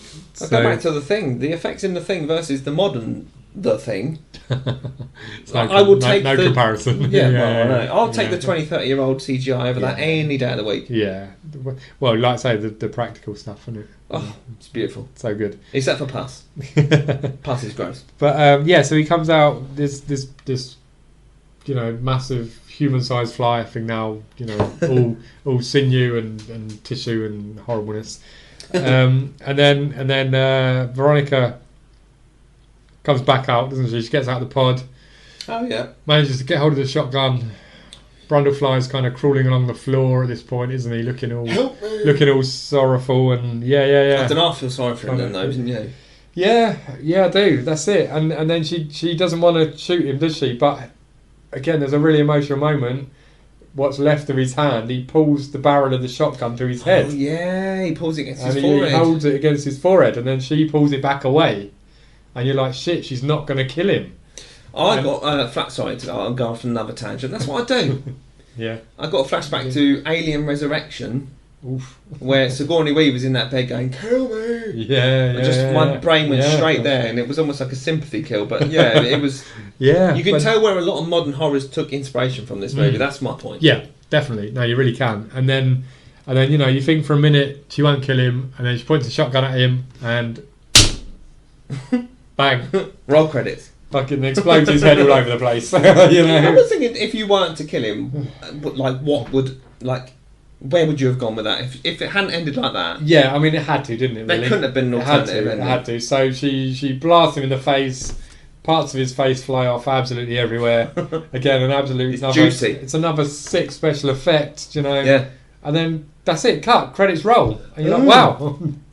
but I Wow. like that. Yeah, you're left to sit on that that emotional moment though. Yeah. You're left to sit on that, and you're like, whew. But that's Jeez. why these films stick in our brain. Yeah. There's certain films in certain stages of your life where you just remember them. Yeah. I mean, for me, The Fly it's an emotional, dramatic horror movie. It is a body horror. It's a complete body horror film. And it's But simple. it is also, it's very, very simple, but it's yeah. enough to leave an impact on you. Yeah. Exactly. I mean, as I said, I went in there blind. Yeah. I'd seen the 50s, 60s version, whatever it was. Yeah. But I was young, so I don't really remember. I'm going to watch that without a doubt. But yeah, in my head, when I went to watch this film, I thought it was what I had previously seen, Okay. but it wasn't. This was a Right. whole new Yeah, experience for that's me. fresh for you. Yeah. And I'll tell you what, I do not love an 80s horror. Oh, without a doubt. We are covering 80s horror at, No, but I'm at with you. some point. Yeah, I'm very much cover modern that. horror. So if you don't know much about us, which you probably don't, is Ben is very much the classics, and I'm a little bit more into modern horror. Now, I will go back to a certain extent. So I would say 80s horrors are class, Without a doubt. Yeah. but a little bit beyond that, I don't know. I appreciate their value, but I very much like an 80s horror, Yeah. and so Yeah. on. 90s maybe not so much. It's a weird era. 80 but- to 90, absolutely. Yeah. But Right. past that, For now, then, okay. So that's our kind of chats about the films that are some facing chit chat off. on the films. So Yeah. we're gonna now go into the second part of the podcast. Okay, so we're gonna go into the actual face-off. So This is the actual face-off. That's it. So bear with us, guys. And yeah, here See we you in a go. minute. Okay, right. So into the face-off then. This is it. This is it. This is what we're all here for. We've got several points of discussion to decide one overall winner. Hopefully. We'll get there. We'll get there. Hopefully, in fairness, we've got hopefully to. within the next kind of 20 minutes. You know, we don't want to keep In the next people sort of dragging like forever. 3 or 4 hours. That's I think. it. Yeah, Hopefully. hang in there with us, people, maniacs. You know. Let's start with storyline. Storyline. Yeah, It's a bit what? It's a bit of an easy way in. Yeah, they're very different but very similar. Yeah. So it's the same kind of premise. So The Fly is a great film. Obviously, it's a very, very simple story. Agreed. Scientist has some ideas. It all goes wrong. We've seen that a million times over, but obviously this is one of the first. Very simple story, yeah. But I like the simplicity of The Fly. Yep. I also like the premise of Tusk, you know, to be honest. So, a couple of dickhead podcasters. Yeah, that's very familiar. They get latched on to an interesting article that he reads, you know. Sorry, side note about that. Of course, how many side notes are there? Do you know what? That's why I'm calling me Side Note Grant. You can have as many side notes When as they're you want. talking about the Nazi party, Yeah. I find that really clever. Yeah, it is clever, isn't it? I mean, it's very offensive. But when he says it, it does sound like he's saying Nazi party. But the very first time he said it, I knew what he was doing. It's a Nazi party. Yeah. It didn't really sink in until like the second or third time he said it. It was like, Nazi. Oh, I see. And you won't forget it, will you? You know, like you say, it's in your head now. Yeah. It's in your head now. So yeah. I mean, and Wallace's willingness to travel wherever for a podcast is admirable. Flew to Canada. I'm not going to Canada for a podcast. Are you? I'm not a boot to go to Canada. Yeah, I like that. And I'm definitely not a boot to go to Canada for a podcast. Canada looks lovely, believe me. I'm not your buddy, guy. I'd like to go there for a holiday, but I'm not your guy, buddy. For a podcast, no. Hell no. Well, then I'm not going to go to 1986 and talk to Jeff Goldblum either. Do you know what? I'm going to talk to 1986? Yeah. Although I go to 1986 to talk to Jeff Goldblum. I'll have a chat with him. With regards, depth of story to both. I don't know. I kind of call it not a cop out here, but I think it's kind of even on the story. I would say they're very even. I would say I would say Tusk probably has a little bit more depth. Yeah, I think only because of the stages of the film. Yeah, I think that's fair to say. The Fly is very black and white. It's very straightforward. Yeah, there's not really much of a mystery to The Fly. No. But with Tusk, there is those stages. There's the pre-Walrus, there's Walrus, and then there's the Johnny Depp investigation stage. Yeah, good point. Okay, so we're probably calling it 1-0 to Tusk. 1 point Tusk. Oof. Hey! Right, let's move on then to the actual body horror elements. Yes. Which I feel is going to be the biggest conversational point of this. I've got some points I want to speak about on this. Go for it. Yeah. Go for it. Now, this goes against my argument of Tusk. One of my biggest problems with Tusk there's two, actually. First is the quality of the walrus suit. I don't know if suit, but when Justin Long is in his walrus stage, I thought it was a bit shit. There's a couple of moments where I thought that too. It looks alright initially. When the leg comes off, you don't see the leg come off. But all pre-walrus bits are fine. Yeah, and when his upper arm is stitched to his chest, looks brilliant. Equally, pretty good, But then when you suddenly see the walrus... Yeah. I did kind of go... I thought it was a bit shit. And there's a bit, the bit where Howard Howe is sort of holding him in the water and they go underwater together. He comes back out and Justin Long's head is it's almost like a turtle. Yes, He's inside his suit. Yeah. And then pops out. It's definitely a rubber suit. Yeah, and I thought... As much as I felt uncomfortable about the whole thing, I was like, it's a bit shit. I'm glad you brought that up because that was the one moment for me that made me think... Oh, you can clearly see that's a suit he's wearing. I did think that, but then I thought, Well, because of how it's if this was a real thing, Yeah. he'd probably be able to do that. So I kind of dismissed my doubts immediately. Yeah, that's a good point. Again, I mean, I don't really know how walrus heads and necks. But this leads on to my second point. Go around, yeah. It goes from backtracks. Human centipede, for example. Yeah. It's quite straightforward. It shows you they stitch the butt cheeks off and sew them into the mouth and stuff like that. It kind of makes sense how it would work. Yeah, it does. With Tusk, obviously, it goes from a couple of legs off, and then he's in this giant walrus suit, and I'm a bit like, where did all the excess flesh and skin and stuff come from? Yeah, do you know, right? When I envision it, I see it as his human body inside the walrus suit. Is that how you see it? No, absolutely. That's why when Howard is in his own suit, he's got like a walrus suit on. I'm a bit like, why couldn't he have just done that? Yeah. Why did he have to mutilate this guy? Yeah. When he could have probably just sewed that suit on to whatever victim he had. Yeah, no, that's a fair point. That's where I'm not happy with it. No, I feel the same way. It did kind of go from, slight body horror, yeah, a limb off here, a sewed limb there, to fuck me, what? There's, he's a walrus. But even the logistics of it, where did all that extra skin and flesh come from?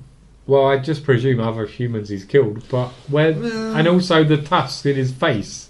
But that part I do get. No, I do, but it's way. But it's way that look way bigger than a femur. I don't know. A femur's pretty big. I don't know. Show me your leg. Pop your leg up. If you imagine that as a tusk. Yeah, fair enough. All right, put it down. yeah. Put my leg down. Yeah, okay. The tusk bit I bought. Right. It was just. He goes from because they paid attention to the back feet and they were like broken back feet twisted off to the side. Right, that bit to make a fin, I get that. Yeah, grim. The two front arms, I get it. Broken arms, broken hands. It was all the blubber. Yeah. Where did that come from? See, that's a good point because I didn't even see it as blubber. I just saw it as skinny, Justin Long inside. Yeah, no, but that's it though. Yeah. They're trying to tell you that he's mutilated. He's now a walrus. An actual where did all this extra stuff come from? Yeah, it is harder to believe than say the Fly. Yeah, the Fly's more believable because he is. You can see him mutating. The Fly does it in a really. I don't want to say like an organic way. No, let's move on to the Fly. But no. But I'm seeing starts as a human, then you see his face going a bit gradual. blotchy. Yeah, that's it. And then he gets the big pustules on his face and stuff, and it is gradual. The film moves fairly fast, but it is gradual, and it's believable in my eyes. Even though the film's fast, it does a really good way of phasing the change, the transformation. Yeah, and I think especially when you see those body horror elements of the fingernail coming off and the teeth falling out, you're like, wait, hold on. Yeah, I'd say that's one thing Tusk didn't have was a throw up moment. And the Fly has that. But I think the budgets were kind of similar, but obviously the Fly was 20 years, 30 years before Tusk. Yeah, if it was in the same year, they'd probably have the same budget. Yeah, so, for me, personally, The Fly does body horror way better than Tusk. I liked the kind of overall effect Tusk had when you see him as the walrus, and the where you saw, I think for me, when he's laying on the table and his upper arms are like sewn to his chest. Yeah. That was the moment for me where I was like, oof, this is a harsh body horror. Yeah. Whereas the Fly, you can see him slowly. Yeah, there's not that moment where you go, oh shit. No. Yeah. That's it. You know he's transforming. It sneaks up on you. And but it's grotesque at every stage. Yeah. Well, I think we've got our winner. So yeah, for me it will be the Fly with the body horror element. Do you know what? I'm going to have to go with you. As much as I love Tusk and I love the whole thing, I think the Tusk suit, the walrus suit, was a bit lame. Yeah. I think they could have done a lot better than sort of almost like a Frankenstein walrus where it's all sort of stitched together and stuff. Yeah. As much as I enjoyed it, I think they could have done so much better with that. That's my personal opinion. So I think we're calling it 1-1. Yeah, we'll go for 1-1. At this point. The Fly takes it. The Fly takes the body horror. Also with the ear falling off, like I said, the vomiting with the fly. You know, it just The special shout out to the ear falling off. It's so like subtle. It's just my ear's falling off. That's it. Yeah, elevates it, man. So grim. Okay, right. So let's move on to the acting and the quality of the actors in this, because both films have almost a single location. You know, not quite, but both are very contained.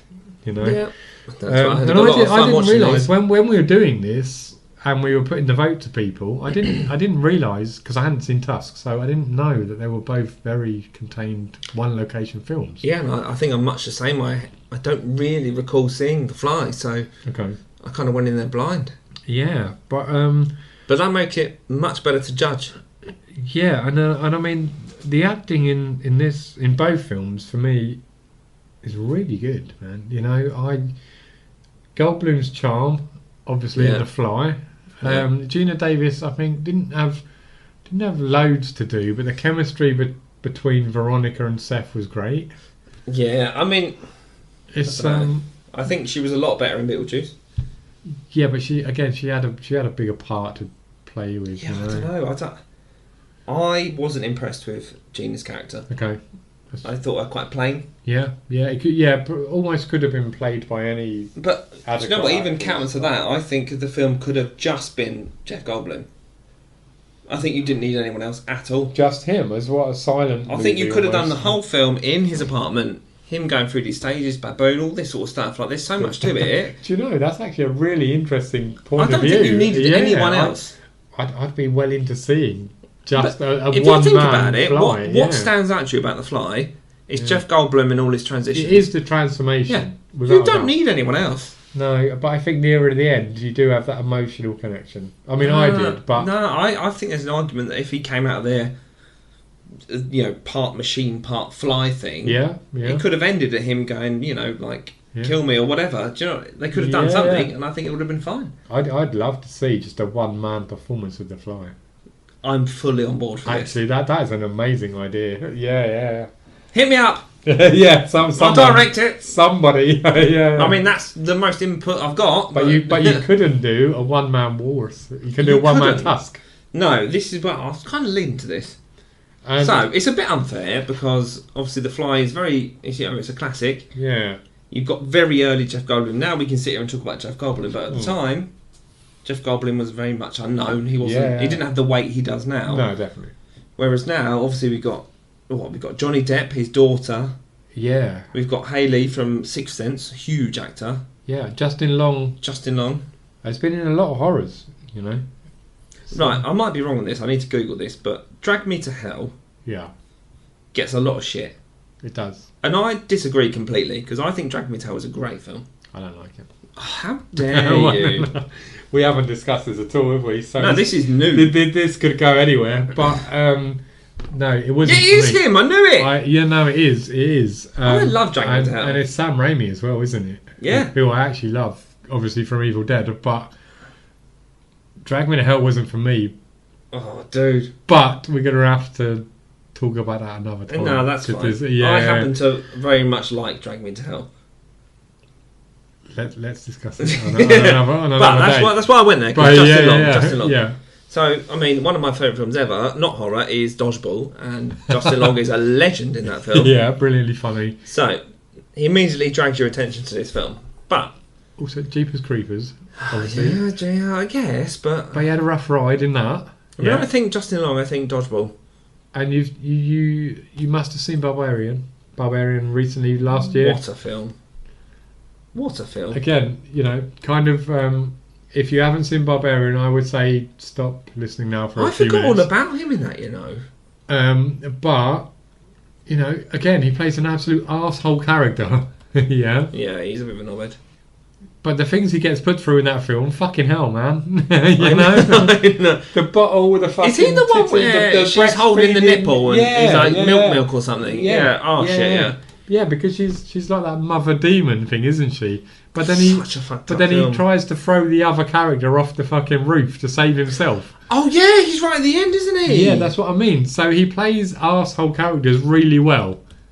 Which you wouldn't think, because he's such a, like a slim kind of dude. Yeah. Yes, I'm seeing it. We're looking at the screenshot now where he's on the roof. That's it. But Barbarian is such a good film. we're getting on a bit of a tangent. But people need to hear this, Ben. The acting I would, the two actors, sorry, Yeah, go on, I would pit against themselves for these two films, right? Are Michael? Is it Michael? It's Michael Parks, isn't it? Yes. Who plays Howard Howe, and obviously Jeff Goldblum in The Fly, right? Now, I'm probably biased. I think Tusk takes this. I think this is a very, very close contest. Yeah. Yeah, you're early. This is early Jeff Goldblum, right? I've got to remember in my head. So for me, Michael Parks' performance in this is chilling, mate. He's so good. Where he's telling, right, he draws you in with those stories, like we said earlier, really draws you in. His little tales are amazing. Yeah, and then you realise he's an absolute psychotic dude, you know? Yeah. I think he edges it, and I hate going against the Goldblum because I love Jeff. Dude, I love Jeff Goldblum. I love Jeff, but I think, you know, Michael Parks' performance in this is amazing. It's outstanding. Yeah, so it's just based on his little tales before all this shit kicks off. Yeah, so it's 2-1 to Tusk, man. Let's go. You know, it's 2-1 to Tusk. We're gonna now roll into FX. Do you know what? Let's keep it simple. I think The Fly outdoes Tusk on effects. We touched on it earlier, didn't we? And I don't think this is going to be a long category. I've touched on it. I think the walrus suit is crap. Yeah, some of the effects are okay in Tusk, but yeah, the amputee scenes are great. Yeah, they are. But for me, The Fly takes it on every level. Yeah, I'm not even going to pretend to argue. This is 1986, and every element of how Seth turns into Brundlefly looks. Brundlefly. Yeah, but it looks great, you know. No, dude, I'm not even going to argue because I don't like the walrus suit at all. No, I think the storytelling is brilliant, but you clearly like the Brundlefly suit. I do. I touched on it earlier. I don't like where he's climbing on the ceiling. I don't like that suit. Okay. I think it's very obvious it's a rubber suit, but think about it. 86. This rubber suit still looks better than, when was this made? 2019 or something? 2014, I think. Please hold. Yeah, 2014. Yeah. Still looks better than the 2014. But it's not even for me. It's not just the suit that, or the effects on Goldblum. It's the when he vomits on Stathis. You know, it's the hands, it's the ankle, the foot, that effect, and then when all his skin falls off and he becomes the Fly. Yeah, I mean that's all extra to me because you had me at suit versus suit. To be honest, I mean, for me, the FX is a no contest. So yeah, I mean, at its peak, the most impactful part of FX is when Justin Long is the walrus. Yeah, and that fails in comparison to probably one of the earliest stages of effects in The Fly. So I'm not even gonna try and carry it on. The Fly wins. 2-2. 2-2. Okay, guys, we've got 2 more categories for you. So next one, we're going to go scariness. God, do you know what? That's a tough one. Do you think? I do, because I don't know. It's an odd one for me because obviously I think you know where I'm going with this, and I think whoever's listening is probably going to know as well. I mentioned earlier the nostalgia for me where he comes through the window. Yeah. That literally, mate, scared me for years on end. You know? And there's no real... I don't think there's any real sort of scary parts of Tusk, if I'm honest. I will take the early vibe from Tusk. Yeah, the feeling, the vibe, yeah. Yeah, when Wallace gets to Howard Howe's house and they're sitting there chatting, you know, Howard's just telling those tales, but you can tell there's an underlying darkness. Something's about to go wrong. Yeah. Yeah, so I liked the vibe of Tusk early on. I'm just watching a video of him sharpening the femur bone.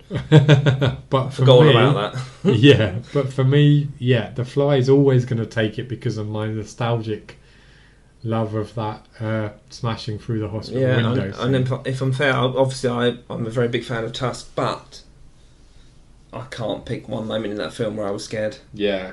Okay. So are we going? I was uncomfortable for a lot of it. Yeah, definitely uncomfortable. But I was never scared. Definitely and uncomfortable. Obviously, watching Fly now, Yeah. I equally can't say I was scared, but Okay. I can appreciate the fact of 30 years ago, whatever, Yeah. how scary this must have been. Because, as I said in our intro or our first episode, I'm not sure, but when The Exorcist came out, how much I was petrified of seeing that. I changed on the channel and it was terrifying. So I can imagine the impact that The Fly had on, people tuning in. So Okay. So I'm not too proud to concede Are you to taking- scaring us being The Fly. That's fine. You're taking the loss there, yeah? Do you know what? If I had an argument for Tusk, I would argue. But there's no scary points to Tusk, so I can't. Are we going 3-2? Yeah, The Fly? fine. We are, alright. I'm not happy Brilliant. about it, but I'm not too proud to say I haven't got an argument on this one. Right, okay, so then we've got one final... Dun dun dun. One final contesting point. What is it? Who'd win in a fight? which you actually came up with. Yeah. Right? I know I fucking love this. I'm not going to lie, right? So good. We were struggling for a few questions because, Well, what can you ask? it's an odd thing. Yeah, exactly. And I wanted something a little bit harder box. And Grant suddenly pops up and he says to me, who would win in a fight? Do you know what, though? You I didn't even think of this question as being an out-of-the-box question. This was one of my first thoughts. And I love that. Who would win, a walrus or a fly? So, here we go. Yeah. Right. Strap in. Right, we're flies, 3-2 up. Final question. Right. Let's just call it straight, will we? Yeah, go for it. Tusk would annihilate Fly. But he can't catch the fly. Yeah, but you're talking about a fly. I'm talking about a fly. Not old soppy bollocks on the floor saying, please kill me. Yeah, but he can't really move. Tusk can't really move, can he? But neither can the fly. When he's part fly, part machine. Mate, He's just saying, please kill me. At least Tusk is like, let's fucking go. But he's got the vomit. He's got the disintegrating vomit. Yeah, but has he when he's part machine? I think... He's like, oh, please kill me. I think he still could. No, because he would, wouldn't he? Of course he would. He'd still have that ability. Because if he's trying to have his, salmon bagels or something, he's going to vomit all over that shit. Well, okay. I think we might have to go to a decider on this because I don't want to budge on this. Oh, mate, what? It's going to be a hard one, man. Well, come on. Pathetic, crawly machine person. No, wait. No, he's not a pathetic crawling machine person. He's the upright, he's the fly, he's Brundle Fly. This is pre-ending. He's not, yeah, so before he goes in the machine. Okay. So he's not crawling on the floor. I feel like you're being very selective. because Tusk at the end of Tusk is still Mr. Tusk. Yeah, but that's what I'm saying. No, you're not saying that though, are you? Because Mr. Fly at the end of The Fly is... I'm not saying, but it shouldn't be him at the end of The Fly. Oh, right. It's at their peak of their ability. Very selective, isn't it? It's their peak ability. Yeah, but Mr. Tusk doesn't peak. He's just a walrus. Well, then he's lost. You've got a peak, mate. Look at Brandon Fly. Look, I'm going to take the high ground here, right? No, this is a good point. It's a good point. And this will tie us on to the conclusion. I don't know if it will. No, it will. will. How long have we got? How long are people going to listen? No, Ben, listen here, because you're going to like this, right? Okay. I think who would win in the fight? Yeah. There is no argument. Mr. Tusk would annihilate Fly. No. But there's a big but. I am more than happy to concede to the Fly as a whole. But that doesn't make sense. No, but it does. But you just said. No, I'm talking about the whole picture. Even though it's 3-3. Yeah. Well, it's not 3-3 because we haven't decided. Yeah, but it's obvious, isn't it? A walrus would kill a fly. Let's be honest. No, well, no, we're not on about a fly, are we? We're on about the fly. Yeah, but even if you talk about the fly, the walrus will still win. I don't think so. I think Brundle Fly has got the walrus every day of the week. Do you know what? I don't think we're going to agree on this point. The walrus has no mobility. Neither does the fly machine man thing. It's on the ceiling, man. But that was peak Goldblum fly man. The walrus doesn't have a peak. He's just the walrus. We've got to have an ending. I'm trying to get to the ending if you'd let me. Yeah, alright, okay, go on. Sorry, yeah. We can't cop out, right? And no. Tune in. No, I'm trying to do something nice here, right? Go on. Walrus would kill a fly. There's no arguing that. Even though you want to... Lies. I am going to take the L and say that in the Fearsome Face-off, the Fly wins. Tell me, Grant, how does it end? How does Brundlefly kill your Mr. Tusk? That's the point I won't concede on. He won't What? kill him. No. No, look. I think he wanders over. Look, he's wandering over. It's a silly argument. But it's a fun one. Yeah, no, don't get me wrong. Dude, it was my question. I love it. Look. But if we're not going to agree on the fight question. But I know where it goes. You're picking Pete Goldblum. I'm picking Walrus in 2-3 years. But you can see him, mate. Look, he's wandering over to you now. Brundlefly's coming over. That vomit's coming up, mate. Look. All right, Ben, look, you answer honestly, right? Fast forward 2-3 years, right? If they're set in the same time... Are you planning a sequel? I mean, I'd love to. Anyone, shout out, director. Yeah. Old machine weird fly dude crawls up to Tusk. You're telling me Tusk isn't going to win? No. It's the fly all the way. Brundlefly all the way. Without a doubt. We're not going to win on this. We're going to have to simulate. No, we can't. We need an ending. But I'm not going to budge on it.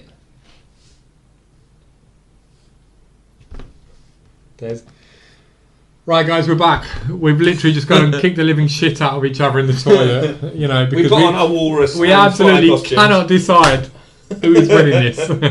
So, as you can tell, this isn't pre-planned. By the way, break this down in very much close detail. Yeah, this could have gone on for hours, but we feel like we've got some progress. Here's how it goes down, people. Yeah, this is scene by scene. If they're in a fight, they're eyeballing each other. They're outside with the spoons. They're eyeballing each other.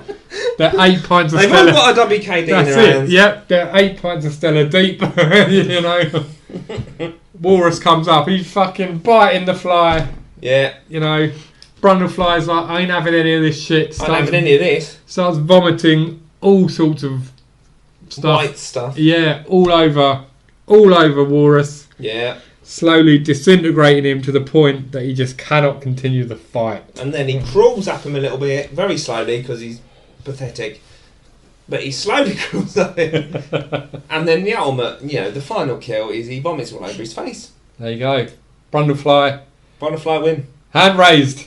4-2. Begrudgingly, we have a winner. I'm not too proud to say. Ladies and gentlemen, Goldblum for the win. Goldblum for the win. So, we're at the end of the podcast. I will thank you all for your patience. This has not been an easy ride. Definitely not. Yeah. No, but all seriousness, thank you so much for listening. This has been a long one, and we appreciate that. But this is a very special episode for us. We're going to do a few of these, and as I said at the beginning, we're going to sort of come up with like a tournament type thing. So, through on first round 1 is The Fly. Clappy clap. Fake claps. There you go. Yeah. I'm happy. Yeah. Do you know what? I'm not too proud. Even though I'm a big fan of Tusk, I'm not too not too proud to admit when I'm wrong and say that The Fly is a better movie, because it absolutely is. I feel like if it wasn't for Goldblum, he wouldn't be sat here. But that's not the point. He did put in a very good performance. Solid top class performance. Yeah. As I previously mentioned, this is a bit of almost like our special in a way. Yeah, it's not going to be something we do all the time, but it is going to come around every now and again. Loved the interaction from you guys on socials. Yeah, that's really, really helped. So we wouldn't have an episode without you guys. Thank you very much. Coming up in episode 4 is going to be Revenge of the Remake. That's right. So we're going to do Texas Chainsaw Massacre from 1973. 74 versus the remake in 2003. But which? Oh, the 3D one. Okay. Yeah. So not the whatever it was with the weird mask one in the bus. No. Because my argument is, do you know what? I'm not going to argue because Leatherface is one of my favourite films. But yes, Revenge of the Remake, old versus new. That's our next episode. Yes, it will be indeed. So please tune in for that one, guys. And again, thank you very much for listening to this one. We will see you soon. See you later.